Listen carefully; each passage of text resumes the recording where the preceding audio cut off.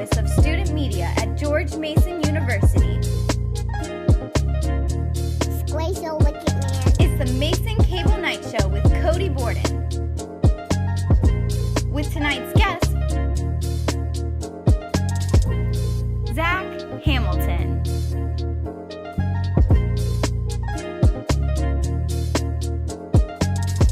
Here's your host, Cody Borden.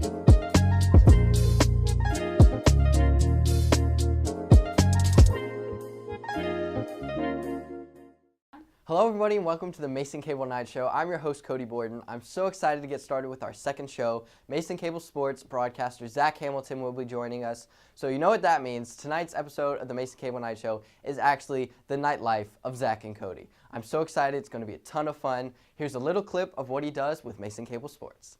Deflection, however, creates space. Downing has it. Downing working for space. Left-handed shot. Goal, Patriots. It's the game winner. Abby Downey. Welcome back to the Mason Cable Night Show, everybody. My guest tonight is a play-by-play commentator for Mason Cable Sports and the A10 Network, Zach Hamilton. Zach, so good to have you here. How are you? Happy to be here. It's been a long week. Midterms are in full kick this year. Midterms, man. Oh, Yeah, my goodness. They're rough, but hey, you got to get through it. You've stepped up as the main play-by-play commentator for Mason Cable Sports. For those that may not know, tell a little bit about yourself and where you're from and like exactly what you do for your job. Well, I originally came from a small town in Virginia. I called games for my high school for 4 years on local stations there. I actually used to play sports, and I broke my leg in 3 places. Oh, God. Falling out of a swimming pool. Falling out of how? Yeah. You know, Can like I the ask how? the Walmart, you know, like the 4-foot blue, like Uh-huh. $70 pools. Yeah, they don't Like hold the you plastic in. things? Like Yeah. they don't really hold you in very well. I can imagine. Yeah. So anyway, Especially when they're all wet. That's yeah, slippery. exactly. So anyway, yeah, that ended my playing days, and I had to stay connected in sports. So I started calling games, fell in love with it. Since then, I came to Mason. I've called probably somewhere around 600 hours of sporting events in the last 5.5 years. Wow. So just really enjoying it, getting to call basically every sport that Mason has here on the A10 Network. It's been a lot of fun. Do you have specific sports you covered? Well, I've covered just about everything Mason does, so men's and women's soccer, volleyball, wrestling, men's and women's basketball, baseball, softball, women's lacrosse. And might as well check them all off. So I'm sure like you have a lot of preparation you have to do for this. What are like the steps you have to take to make sure you're ready to call the game? Well, typically 2 or 3 days before the game, I will pull up all the stats from each team, and I'll go through and find any outliers that are like, wow, this team is a lot better than the other in this and that, and this team really does this bad, etc. And then about 2 days before Mason Athletics, all the SIDs will put out a media release that, you know, it's a couple paragraphs long that kind of highlights what's coming up in the matchup, so I'll dig from that a little. And then lastly, with most of our coaches, we're starting now to have game day meetings with them. Like we have weekly meetings with the volleyball coach, but we also have like game day meetings with both soccer coaches. And it's very informative to be able to sit down and talk to them on game day and kind of understand what they're thinking going into a game. So preparation starts a couple days before and literally goes up to like 10 seconds before you're on air. Is that challenging or do you see it more of like reward?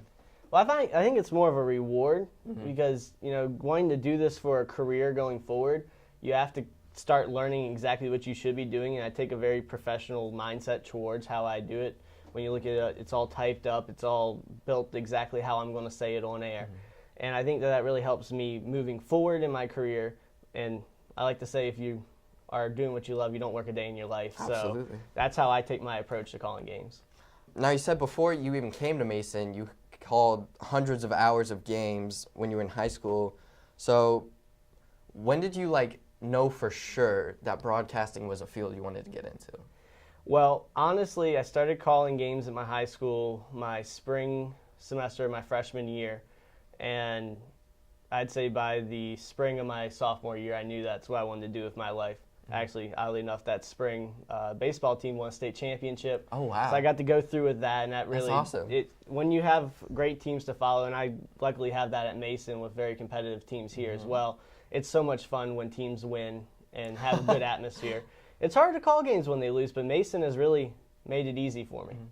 I mean, you have like a front row seat to like all the best games pretty much. Exactly, and you get paid to sit there. Mm-hmm. So, free games, get to talk.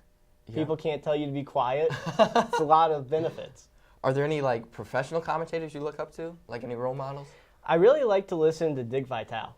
Okay. He's very out there, very crazy, and that's how I like to do it. While being professional is a big key, also being able to have fun with it and enjoy it. You gotta be excited. You gotta be able to enjoy have to be excited. Everyone that's called a game with me here at Mason knows I have at least one terrible pun per game.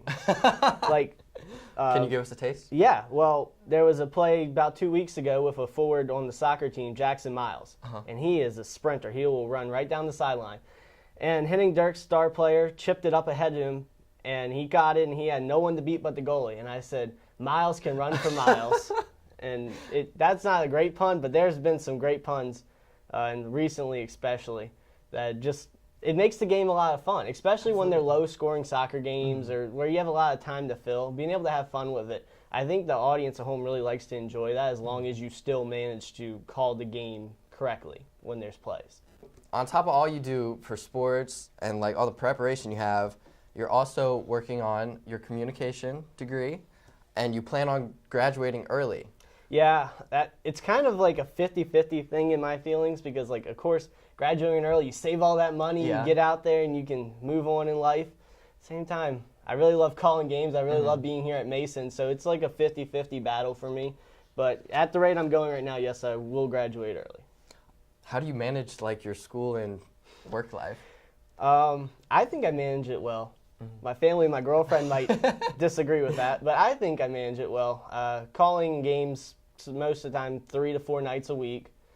Trying to see everyone else, manage a full class load. It'll be really challenging this year. I actually get the privilege to work with WGMU and go on the road and travel with women's basketball this year to all their road games, so I'll end up having to miss classes and things to travel with them. So that really will affect how I move forward studying. I've got to really ramp up my late night studying. I don't do a whole lot of late night studying right now, but I'm going to have to start it. You mentioned WGMU, so you have done radio and television. What's the difference between the two, and which one do you prefer? Well, they both have different aspects. When you're watching a TV broadcast, you can see the action in front of you. So while the voice is there to tell you what's happening, they don't have to tell you every minuscule thing that happens. Radio, you're blind, and you literally have to document every little thing that happens. So I like to call TV more, I think, because it gives more time just to talk about other things other than exactly what is happening. But radio is a lot of fun, too. So now let's switch over to Mason Cable Sports. I have here that they're the official broadcast provider for Mason Athletics. They live stream sports broadcasts on multiple camera angles, changing graphics, and, of course, live commentary. They cover soccer, volleyball, baseball, all the sports you named before. How did you get involved with Mason Cable Sports, and how can others possibly get involved? So it's actually funny. When I was looking for college to go to, I actually was looking for places that had opportunities like this. And there was only 2 or 3 in the whole state of Virginia, actually, that have programs as good as Mason's. And I actually reached out and I talked to the director, David Carroll, long before I ever applied to Mason. And I basically had this all set up and ready to go with me coming to Mason. Wow. So part of the reason I'm here is obviously because I love calling sports, and that opportunity was here with me. And I'm so grateful for everyone that let me come in. Of course, I had a lot of hours and was able to show what I was able to do, but still, you have to still work your way up, as in any company would be. And it's a lot of fun to be with this group, and that's just kind of how I ended up here. It's kind of interesting, really. So if somebody else wants to possibly get involved, how can they Okay, well, do there's a lot of ways. First of all, you can come down to student media in the hub, and it's in the bottom floor of the hub. And there's going to be some kind of representative down here at some point or another. Either David Carroll or Tyler Byram will be down here. Otherwise, you can reach out to me on Twitter. You can reach out to Tyler Byram on Twitter. You can reach out to MCN Athletics on Twitter. And there's just so many different ways. You can go to student media webpage. I mean, you can really get involved in this with no experience at all and not really have to lift a finger. So you get all the training you need? You get all the training you need. You start off as a shadow, and you'll shadow whatever position you're interested in, depending on how quickly you pick it up for different lengths of time. And then you'll work into several different sports, and then you'll increase the amount of sports as you go along. What positions are available? Well, there's camera operators. We always need camera operators. The more cameras, the better. When you call a one-camera game, it's hard because you get one view at it. When we have 3 cameras, and I think we've even once had 4 cameras, and that really makes it nice to be able to call the game on air part, plus for the viewers at home. So camera operators, play-by-play, and color commentary. I switch between the two, as do all of the current commentators that we have on our roster, which is not many. There's 3 of us right now. Oh, wow. And when you think about how many sports Mason has, and how many games each one has. That's why you work 3 or 4 days a week. That's why I work so much.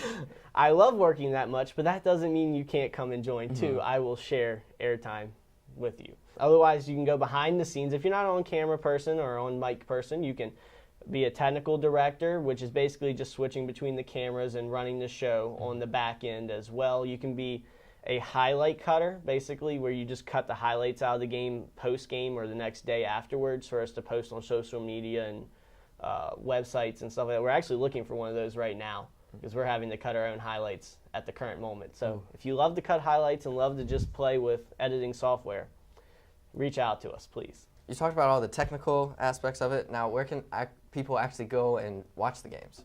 Okay, well, you can go to either gomason.com, the home for Mason Athletics, and you can go on each team's schedules, and it'll show live video, and you can go there and watch that as well. For basketball, it's more radio style unless they're at home, so it'll say live radio, etc.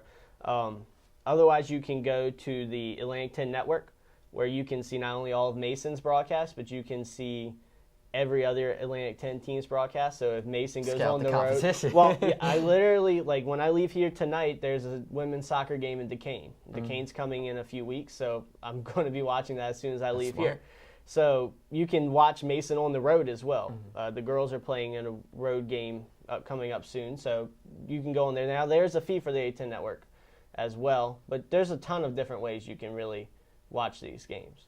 They also have them right here on Mason Cable Network sometimes. That is true, yeah. As long as there's no other conflicting events, all the home broadcasts that we do here at MCN Athletics are broadcasted on Channel 8.1, same channel you're watching right now. Wonderful. Very easy. Just keep it on this channel. For more information, you can go to masoncablenetwork.com and click on the sports tab. Zach, I have one more question for you. You've called basketball, you've called baseball, you've called soccer, but have you ever called sports with puppies? No, I have not. Would you like to? Of course. That sounds like fun. All right, don't go anywhere. When we come back, Zach and I are going to be pawing the action.